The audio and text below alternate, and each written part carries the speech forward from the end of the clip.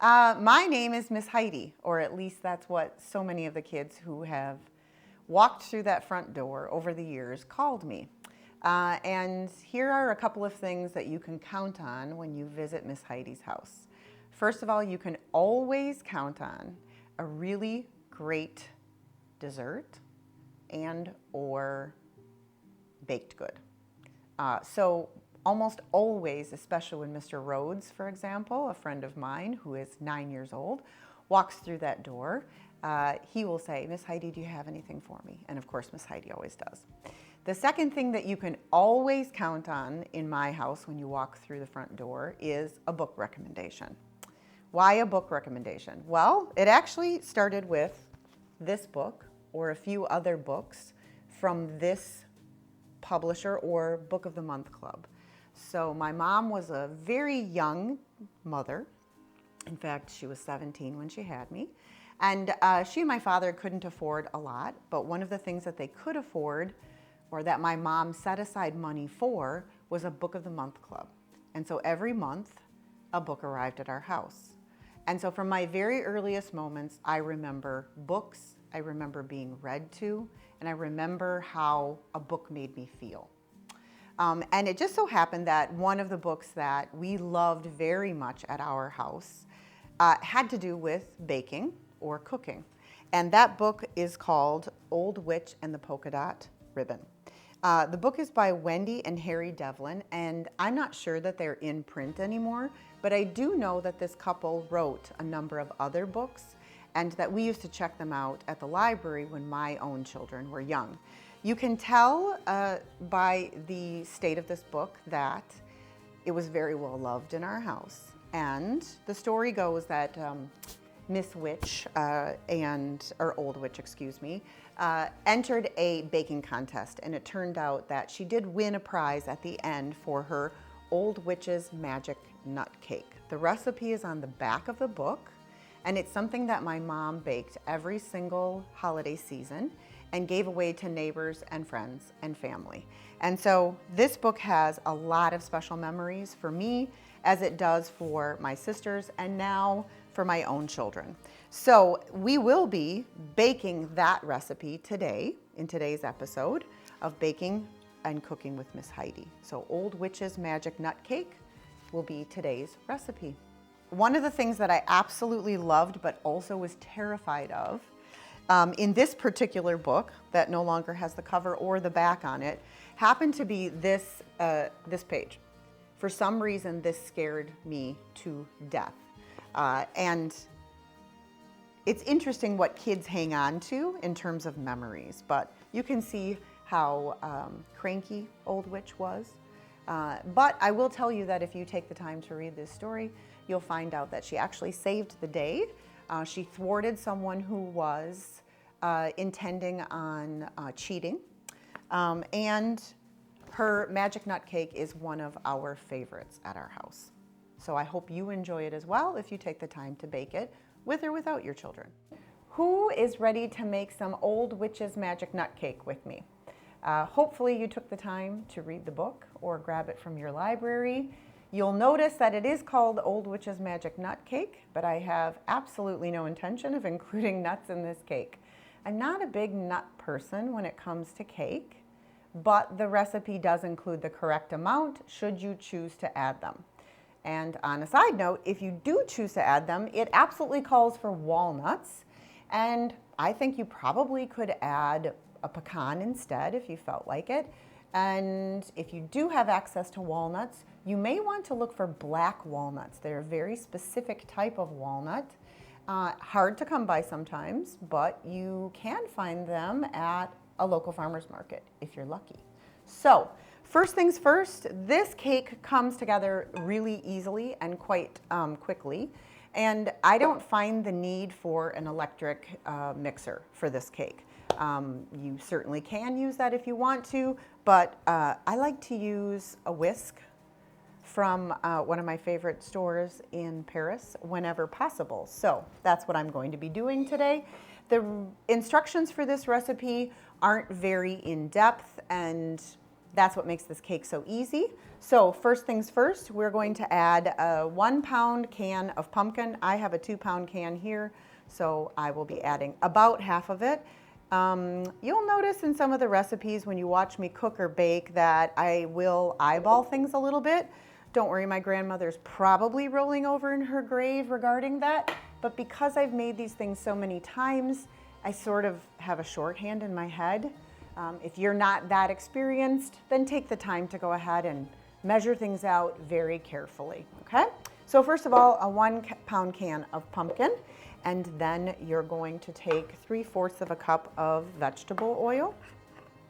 And yes, I do use vegetable oil for this cake. It's probably what makes it so moist along with the pumpkin.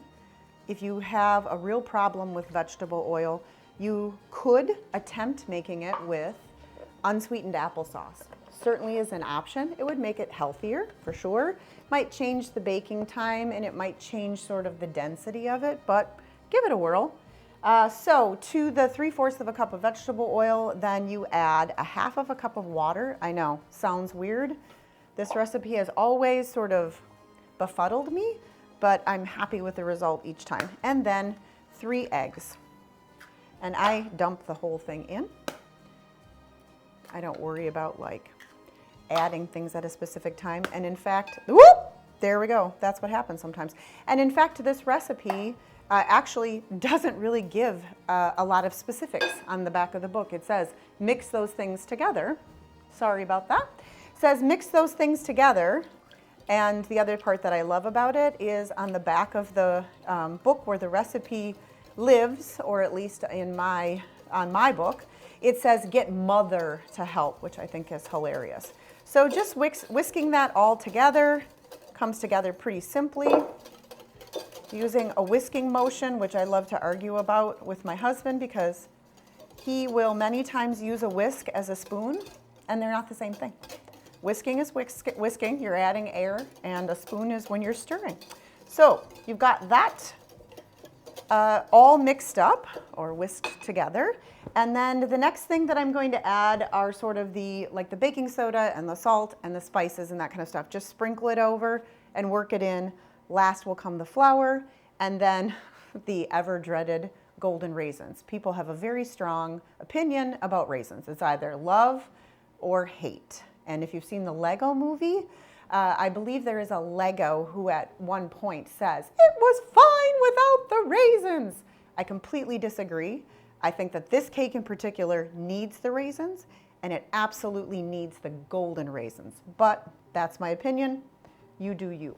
So after you have that all together, then we're going to add 1 1/4 teaspoon of salt. Again, I'm just sprinkling that over and moving kind of quickly. And then 3/4 of a teaspoon of nutmeg, which I love. And in this case, I'm using a nutmeg that I did buy at the store that has already been ground. But if you haven't ever sort of ground your own nutmeg, please do so. It's also a really fun thing to do with kids and let them sort of experience that by using a microplane.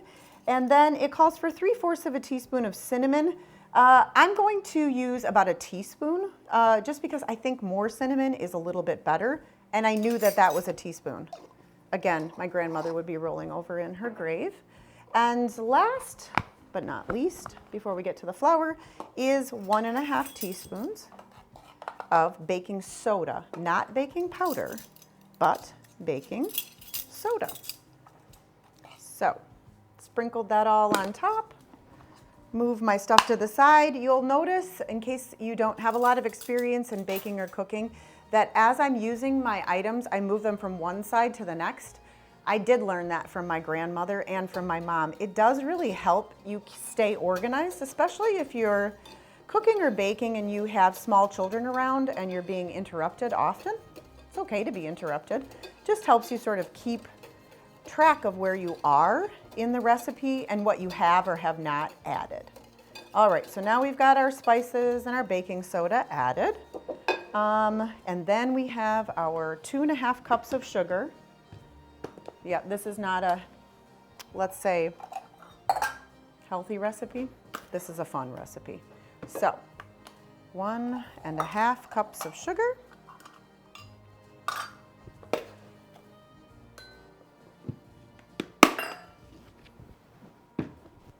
Whisk that all together. It's really starting to smell good. And I just love the color of the pumpkin. And I especially love the way it looks after it's baked when you're using the golden raisins. Okay, so we've got our sugar in there. And now we're going to add 2.5 cups of flour. I use just a regular flour, that's what it calls for. And you'll see me sort of move this around. You don't ever want to pack flour. You want to sort of let there be some air in it, if you will. So I sort of move it around here. I use King Arthur. I really like that brand. I think it has a decent amount of gluten in it, but not too much gluten in it. So you're going to get, you know, a light cake, if you will. So 2.5 cups of flour. And I'm still going to whisk this just because it's pretty liquidy, if you will. Normally at this point you might switch to a spatula so that you can sort of fold it in, but there's a lot of liquid and I do want to get rid of the lumps. Of course, if you're using an electric mixer, that will take care of that issue. So now we've got this beautiful batter, and at this point I'm going to take the whisk out and tap it off and add then, last but not least, or second to last if you are someone who's going to add nuts, a cup of golden raisins. Again, I'm someone who's baked a lot, so I can tell you just by looking at this, this is about a cup, if not exactly a cup. Adding it in. Oddly enough, lately it's been hard to find golden raisins. I have zero clue why. I can't imagine there are a bunch of people who are waking up in the morning and saying to themselves, you know what I could use? A box of golden raisins, at any rate. So then fold in your golden raisins, and I'm choosing to bake this in a 9x13 pan. The original recipe called for, and I think the book was written in the 60s, called for coffee cans so that this cake actually came out completely round. That's how my mother did it. I don't even know if they sell coffee in a can anymore. I have zero clue. You do want to make sure that whatever 9x13 pan you're using, that you have buttered it, or in this case, I'm just using Pam spray. It's easy enough. This is not a cake that sticks easily. In fact, it's a pretty simple one. So if you're someone who hasn't baked a lot, this is a good place to start. You really can't mess something up with this cake, or you'd have to try awfully hard. And straight into my 9x13 pan. I'm using a glass one. I can't say that's my first choice, and actually I did just order a 9x13 in metal. I think that it heats more evenly than glass does, but today this is the choice I have, as my 9x13 in metal has not shown up yet. So then into an oven, 350 degrees for, I'm going to say this last time I made it took almost an hour. How do you know when a cake is done? First of all, don't overset your timer because nobody wants a dry cake. So underset your timer. And then you want to use, they say in the book you're supposed to use one of Old Witch's broomsticks, little, what do you call it, like individual broomstick pieces to see if the cake is done. Obviously, Old Witch must have taken her broom with her because I don't have any of those here, and so I will go ahead and check it at the 55-minute mark and then check it every 4 minutes after that, probably just using a knife. And you want it so that when you put it in a few spots in the middle, that it comes out clean or almost clean. Just remember that a cake does continue to bake a bit, obviously, after you take it out. So we're going to put that in the oven at 350 degrees, again, for about 1 hour, and we will check back in when it's finished.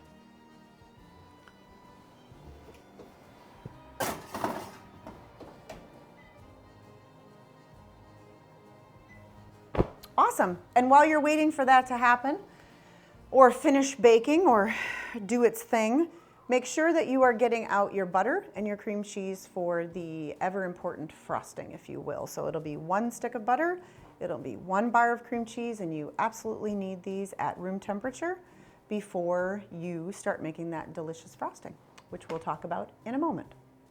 We are in the last stages of our witch's magic nut cake, sans nuts in this case, and that is to frost the cake. So at this point, your cake has cooled completely. I don't need to tell you that frosting a cake that is warm or hot leads to disaster. Too hot, it means the frosting will completely melt and get very yucky looking. Probably still tastes good. So we have 1 bar of cream cheese and 1 stick of butter, and we are going to whip that in our stand mixer.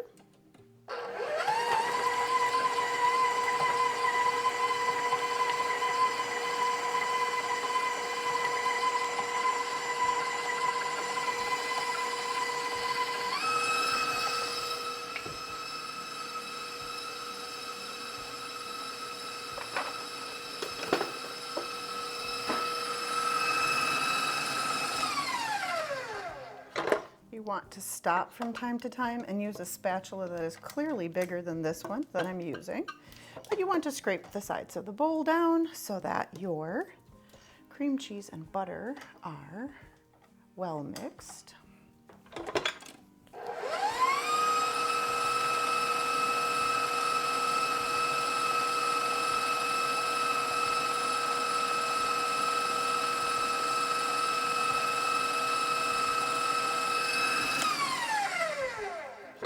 And then for the next step,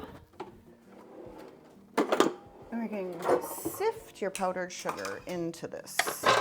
Sometimes I do this and sometimes I don't. And it always seems as if the one time that I choose not to do it is when I end up with lumps in my frosting and I'm giving the cake to someone I know. And so we don't want that to happen today. So I have powdered sugar here. I'm going to use for this cake probably about 3 cups and just get this going. It happens to be quite hot in this kitchen, so this may take a hot second, pun intended. But this just kind of makes sure that you're not going to end up with too many lumps, if you will. Wow, is it warm in this kitchen today? But that is a good thing. It means we've been busy. And this is my absolute happy place, completely and totally. When the world goes to garbage, I head to the kitchen. And that means that anybody who knocks on that door or rings that doorbell knows that they are going to get something delicious at Miss Heidi's house. They also know they're most likely going to get an unsolicited book recommendation, not only for their child or children, but for themselves as well. Okay. There we go. Maybe just 1 more. And normally then I will also add maybe a teaspoon of pure vanilla extract. I happen to have run out of vanilla extract, which is hilarious because I generally have about 3 different varieties on hand, and I honestly used the last bit of it yesterday when I was making a batch of cookies. So I'm actually just going to use a little bit of lemon juice, freshly squeezed lemon juice. It'll give it a little brightness and just finish it off, if you will. So let's get this back under here. Connect him. Not turn it on high speed. I had a 4-year-old who did that once. He's 20. He still remembers the day he did that.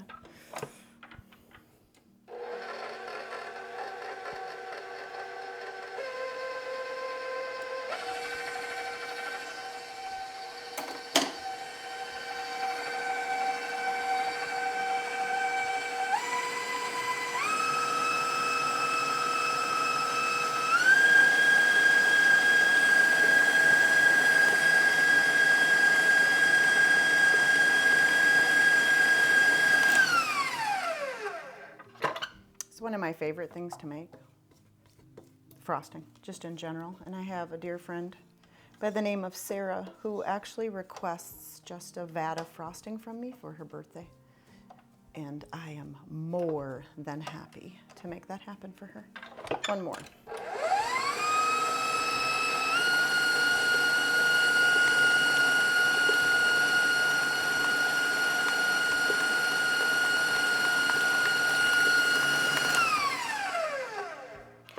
Gorgeous. Okay. So, for the final touch, and we get to eat some of the award-winning Magic Nut Cake. Again, our version is without the nuts, but you do you. Let's get that frosting on that cake.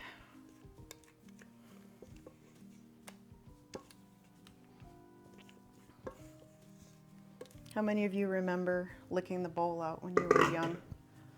Make sure that you leave enough in there so that your children, small or large, get to lick the bowl out. Okay. Ooh, he's pretty. So pretty. This would actually make a lovely, like regular cake, you know, round 9-inch. And even to do a layer then of obviously frosting in the middle, right, to stick the 2 layers together, but you could make a great cranberry jam and put that in the middle of it as well. All right, so we're not about perfection here. We're about things tasting great. My son will get to lick that off. I'm going to wash my hands quickly.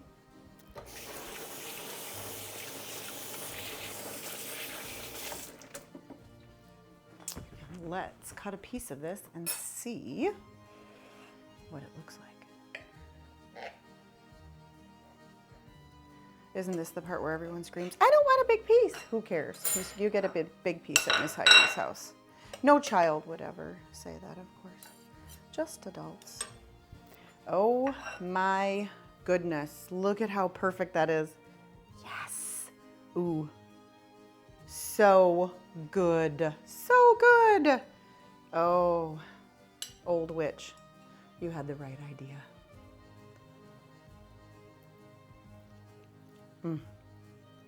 Perfect.